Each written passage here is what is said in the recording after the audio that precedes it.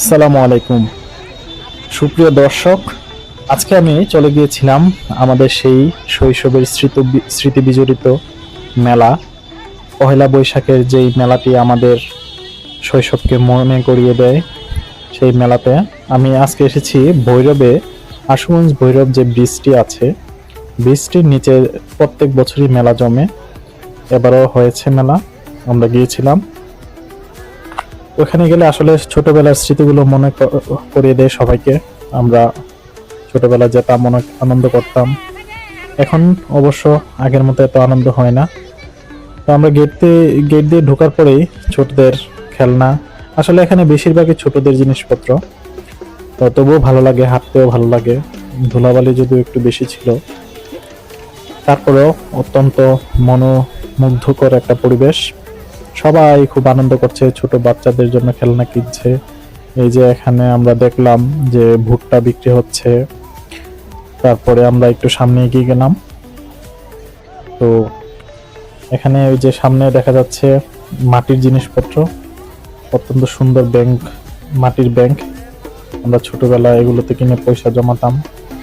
এই যে মাটির ছোট পুতুল, ঘোড়া, তারপরে গরু। ওইদিকে আরো কয়েকটা সুন্দর সুন্দর মাটির ব্যাংক আছে।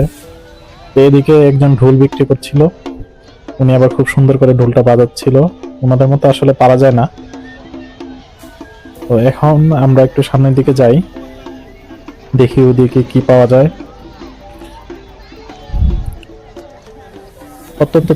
অত্যন্ত সুন্দর এবং প্রচুর মানুষের ভিড় ছিল এখানে।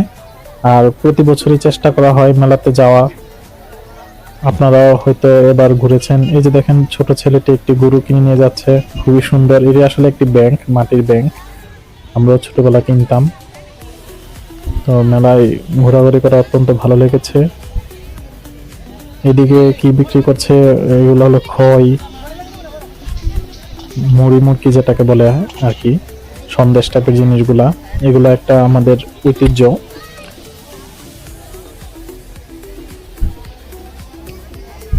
প্রচন্ড ভিড় আর ধুলাবালিতে একদম অতিষ্ঠ হয়ে যাচ্ছিলাম যদিও, কিন্তু তারপরে ভালো লাগছিল। এখানে সন্দেশ, তারপরে যেটাকে আমরা ছোটবেলায় মিষ্টি জাতীয় জিনিস বলতাম, চিনি দিয়ে বানানো, এগুলা এখানে বিক্রি হচ্ছে। হাত পাখা, এদিকে আবার একতারাও ছিল। একতারাগুলো মোটামুটি 300-350 টাকা করে দাম চাচ্ছিল। যারা একতারা বাজাতে পারে তারাই দেখতেছিল। এদিকে কাঠের তৈরি কিছু জিনিস ছিল, খুব সুন্দর চমৎকার। হাত পাখাও ছিল। আমরা যাই আর একটু সামনের দিকে। মুড়ি মুড়কির দোকানগুলো অনেকগুলো ছিল। এদিকে ছোট ছোট জিনিস, মানি ব্যাগ, তারপরে ছোট বাচ্চাদের খেলনা।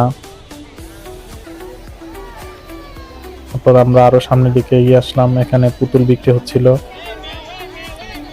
পাপেট গুলো খুবই সুন্দর, ছোট বাচ্চাদের জন্য অনেকে নিচ্ছিল। এগুলা খেলনার দোকান, আমরা ঘুরে ঘুরে দেখছিলাম। চলুন একটু সামনের দিকে যাই। এদিকে বাঁশের তৈরি জিনিসপত্র, হাত পাখা, তারপরে ঝুড়ি, কোলা। আর জায়গায় জায়গায় শরবতের দোকান তো ছিলই দৃশ্যমান, অনেকগুলো শরবতের দোকান ছিল।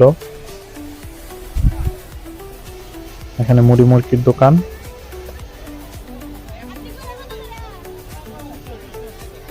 দেখতেই পাচ্ছেন সবাই কত হইচইপূর্ণ একটা পরিবেশে হাঁটছে। এই যে আইসক্রিমের অনেকগুলা ছোট ছোট শপ ছিল।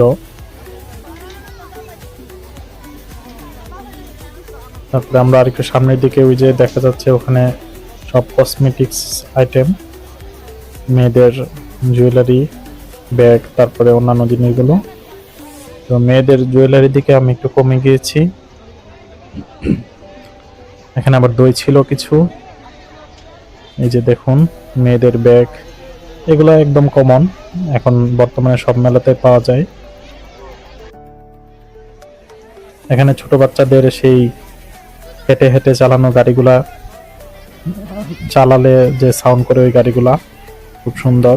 এখানে একটা ঘুড়ি ছিল, খুবই সুন্দর ঘুড়িটি, দেখে উড়াতে মন চাচ্ছিল। তারপর বাচ্চাদের অনেক খেলনা ছিল। এটা আরেকটি ঘড়ি, এগুলা চায়না ঘড়ি বলে এগুলাকে। মেয়েদের কসমেটিক্সের দোকানের দিকে। তো এই তো মোটামুটি ঘোরাঘুরি করলাম, ধুলাবালি বেশি দেখে বেশিক্ষণ ঘোরাঘুরি করে নেই, 8-10 মিনিটের মতো হেঁটে যতটুকু দেখার দেখেছি, তারপর চলে গিয়েছি।